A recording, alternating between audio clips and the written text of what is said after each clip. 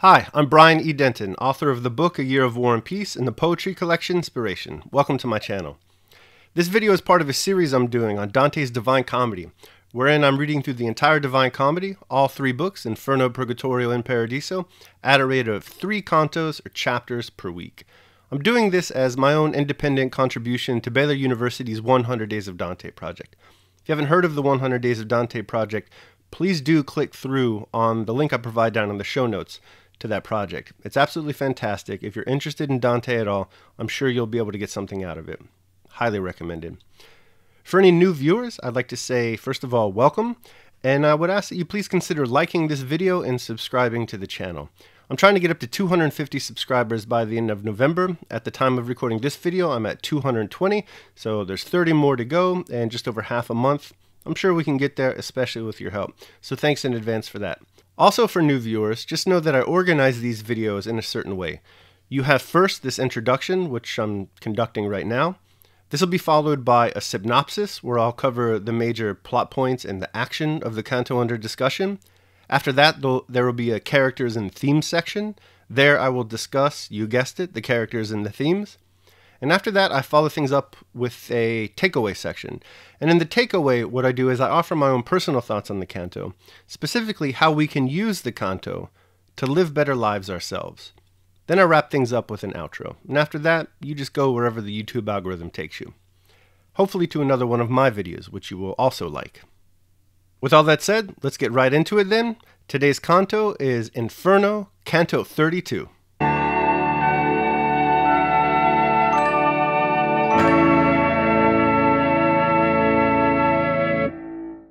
Hell has frozen over. Well, apparently it's always been frozen over, as we learn in today's canto. We open with Dante once again reporting that, even though he's such a great poet, it's going to be very difficult for him to accurately describe the things that he sees in this part of hell. In order to help him with this project, he implores those ladies of Amphion, who helped build the wall of Thebes, to now aid him in building his verses. What readers need to know is that we're now in the deepest regions of hell. We're in the 9th circle, the final circle. And this region of hell is called Cocytus. Now on the internet I found that there's alternative ways to pronounce this word, so I'm probably pronouncing it incorrectly with Cocytus, but I'm going to go with it anyway, because as I'm sure you've noticed throughout this entire video, I'm very bad at pronouncing words that are not in English, and even a lot of words that are in English. So if there's a region of hell where those who mispronounce foreign languages are gathered, I'm right there. At any rate, Cocytus is cold. Really cold. Freezing cold. In fact, what Dante and Virgil walk upon down here is described as a frozen lake, and it's more frozen, Dante reports, than any other frozen lake he's aware of back on Earth. We're only introduced to the first 2 portions of Cocytus in today's canto.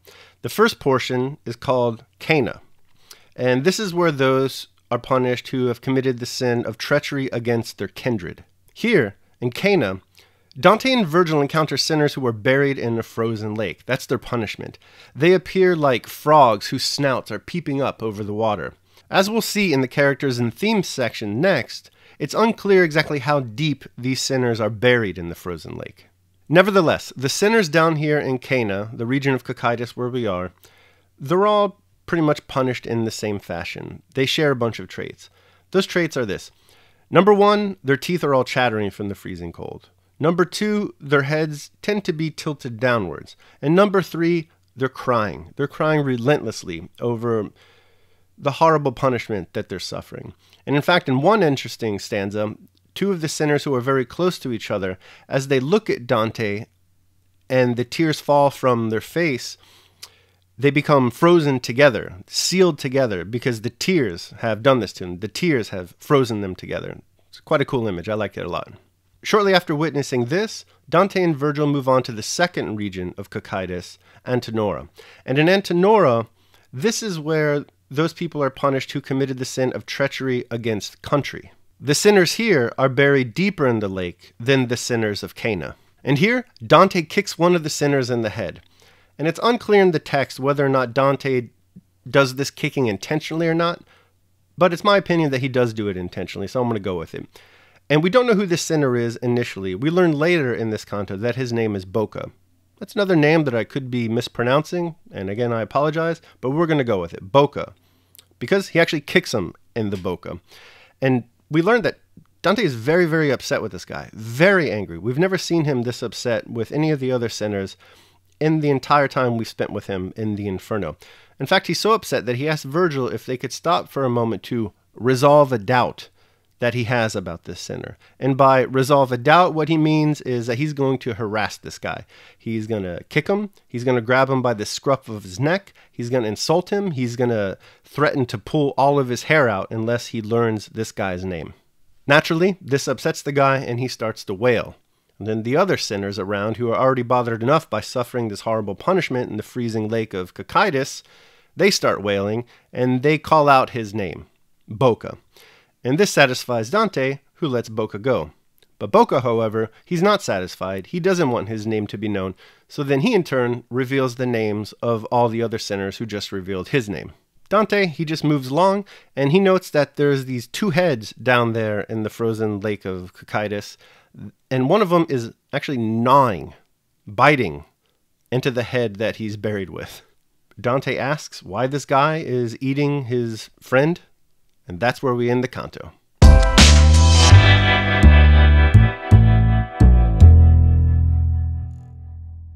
The first thing to note in terms of characters and themes in this canto is that we have left Maubeuge and we've entered not only a new region of hell, but the final region of hell, the ninth circle, the final circle. And this place is called XXXII, and the people gathered here are the sinners who committed the sin of treachery. This is where they're punished. XXXII, as we'll see over the course of the next few cantos, is itself divided into 4 different regions. And within these different regions of XXXII, different types of sinners of treachery are punished. And the regions are divided by concentric circles, but the borders are invisible, so we don't know where we are based on any kind of physical demarcation. In today's canto, we're only introduced to 2 of these regions, Cana and Antenora. And so we'll talk about these 2 first. Then, in conclusion, we'll talk a little bit about some of the characters that we find in this canto. Now, before we get into discussing the 2 regions of XXXII that we're introduced to in this canto, I first want to talk about this pretty funny, or at least funny to me, plea that Dante issues saying that he needs help describing what he finds here, because right off the bat he fails. And here's what I mean by that. Remember in the last canto, we left with one of the giants taking Dante and Virgil in his hand and then lowering them down to the frozen lake of XXXII. Well, where are the giants in this canto? We don't see them at all. We definitely don't see their feet. There's no mention of their feet here. They're simply nowhere to be found. Is it possible that this giant, chained by the way, is so flexible that he's able to bend at the waist and deposit our 2 pilgrim heroes down at the floor of XXXII, well below his feet presumably, because again we don't see them?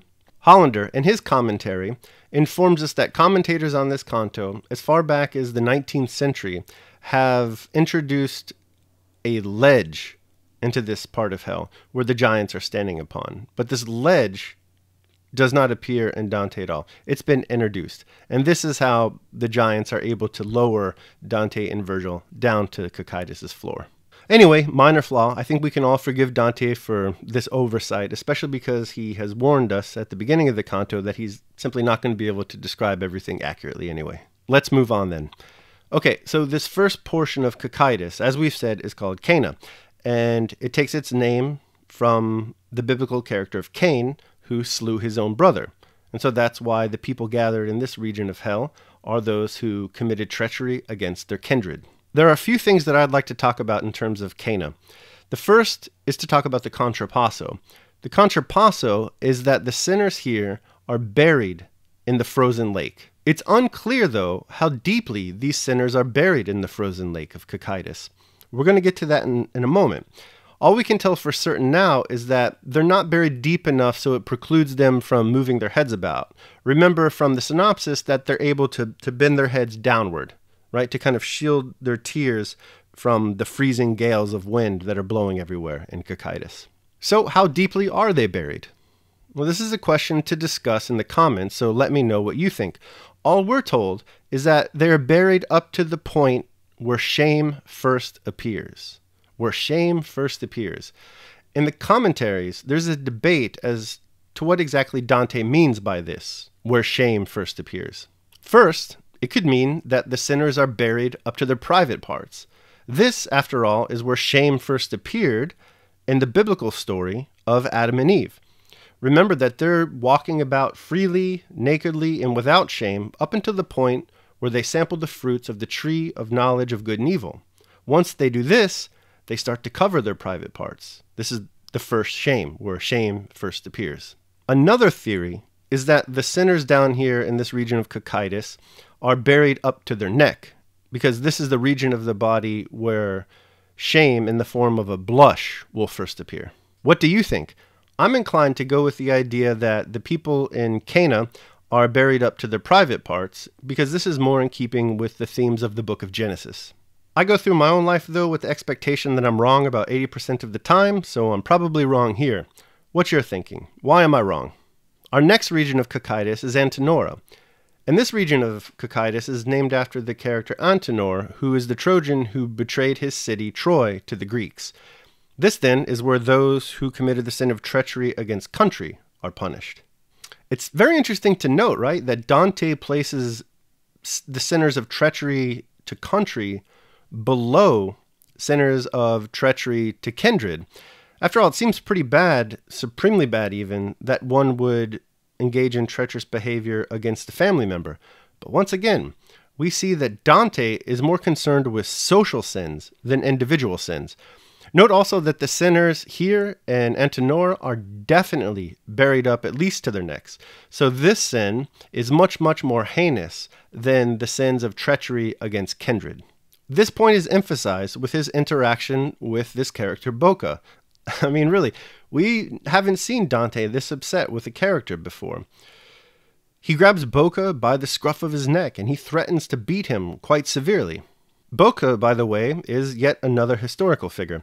His full name is Bocca degli Abati.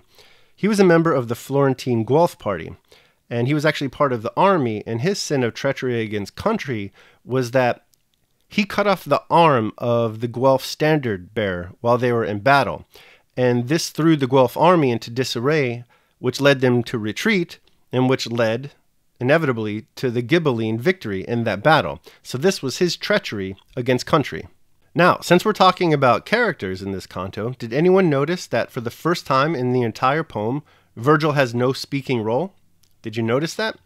In fact, he's almost entirely ignored. The only time that his name appears is when Dante asks him if he can resolve a doubt about this character Bocca. Aside from that, Virgil makes absolutely no appearance. And again, I'd like to emphasize this. He has no speaking role. He doesn't talk. He's completely silent during this particular canto. And this is the first time that this has ever happened. So I'm very interested to learn what you have to say about that. Why do you think Dante the poet essentially excludes Virgil from this canto? Let me know down in the comments. There's one last thing that I'd like to discuss before we move on to the takeaway section, and that is Dante's placement of hell in the cosmology that he develops for the Divine Comedy. You've no doubt noticed that Dante assumes a geocentric cosmology for his poem. And beyond that, as we'll see shortly in the concluding cantos of Inferno and the opening cantos of Purgatory, hell is at the very center of the universe. Dante says as much today when he says that Cocytus bears all the weight, is the center of all the weight of the world that he's created in this poem. I've always thought this to be a very, very odd choice. One would think that paradise would be the center of all creation. This is, after all, the ultimate realm of God. I mean, God obviously rules over all, but paradise is where he has his seat. And for that reason, it's probably best to talk about Dante's cosmology in this poem when we get to paradise, but it's something to think about now and to ponder now. In fact, I'm curious as to what you think about this right now. Why do you believe that Dante has hell, indeed Satan, as we'll see shortly, as the centerpiece of his cosmology? Let me know down in the comments below what your opinion on this is and what you're thinking about it right now.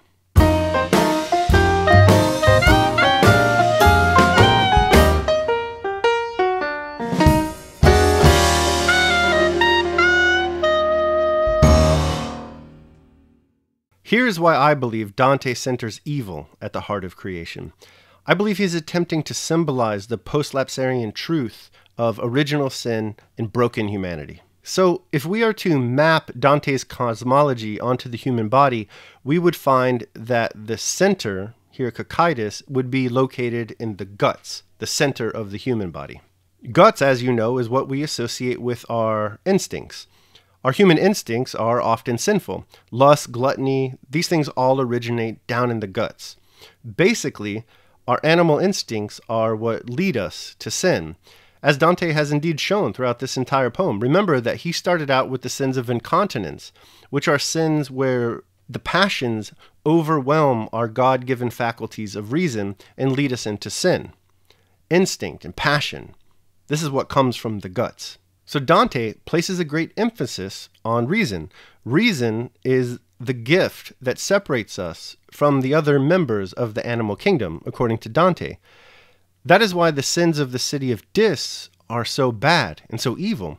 For Dante, these sins are committed by the perversion of the purposes of reason. These are the sins where reason is utilized to commit grave offenses, rather than to enlighten or to live with virtue above the animal instinctual level. And what do we see as we move up from our bodily center, our guts, as indeed we're about to do in Dante's poem as we leave the Inferno and enter Purgatorio on our way up to Paradiso? Well, we eventually come to the head. And the head, of course, is where the mind or the soul is said to reside. Also, reason. Assuming my argument is correct, though, that Dante centers evil in his creation because it permeates everything and originates from our base instincts, then it's very important to keep this in mind so we can use our God-given reason to avoid the traps and pitfalls of evil. Like Dante, I too think it's a good idea to recall the wisdom of the ancients. By so doing, we can help ourselves live better lives here in the present. And here's a quote from Hesiod that I think it's important to keep in mind at all times, and I'd like to share it with you for this reason, so we can use it to remember to always be mindful about the wicked ways of the world. Countless other miseries roam among mankind, for the earth is full of evils. Alright, that concludes my video for Canto 32 of Dante's Inferno. I hope you enjoyed it. If you did enjoy it, please consider liking this video and subscribing to the channel. Remember that we're trying to get up to 250 subscribers by the end of the month. That's November of 2021. And right now we're at 220 subscribers. So I think we can still get there, but we might have some difficulty this month. Doesn't matter. But anyway, if we do get there, it will be with your help. So thanks in advance for that.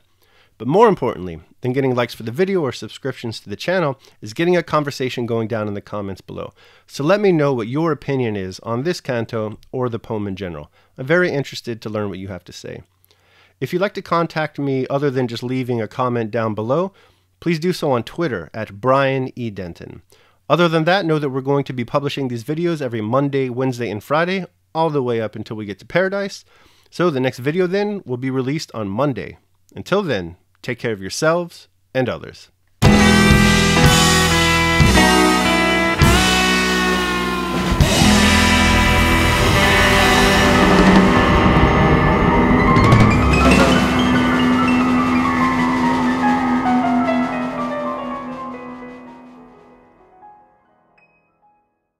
You've no doubt noticed, you've no doubt noticed that you're an idiot if you keep this up.